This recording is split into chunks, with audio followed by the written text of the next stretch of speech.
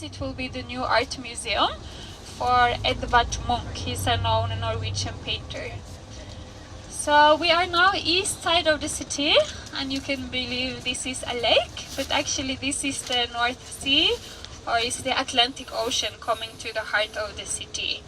So from where we are now to the bigger water, it's about 3 hours by boat only. So this means it's our connection also to Europe. We have cruise ferries coming all year long.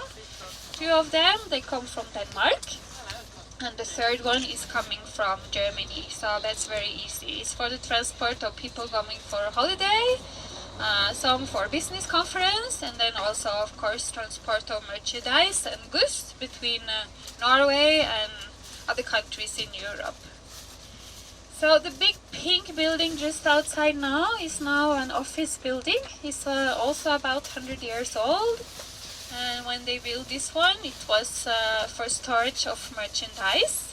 So the ships would come here and they will store all kinds of things inside. And then they will transport it to the shops in the city or nearby Oslo.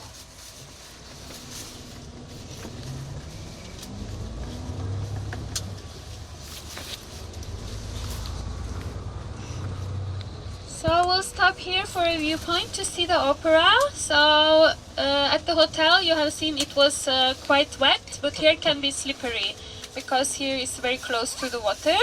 So just mind your step, just take it very slowly. It can be wet and slippery at the same time.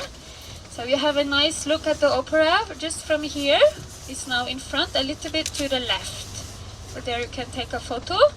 So we stop for the photo, 5 minutes. If all here before, then we continue our tour. So opera now is the big one, the white one, in front to the left. And then you see like a contemporary art piece, also outside of the opera. That's a sculpture, so it was created by an Italian woman. She won a competition to decorate outside the opera. So you can leave your big bag and so here in the bus. We soon continue.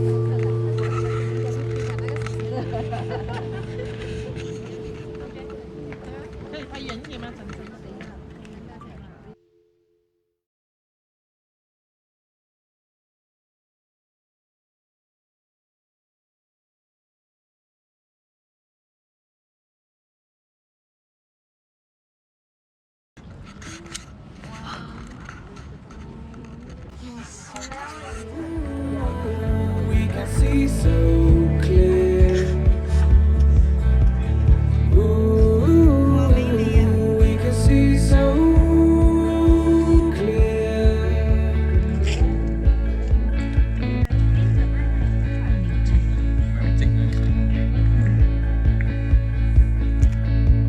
Through the fields of our paths, feelings part our ways, keeping us close but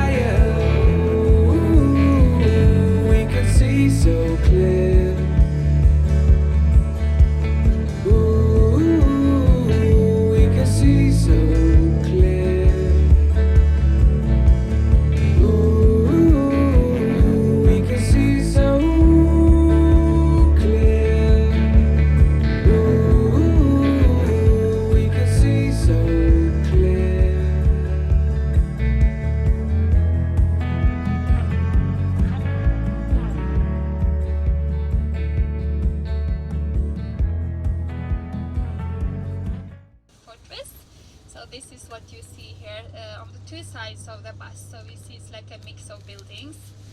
All this is to the left now, behind the white tents.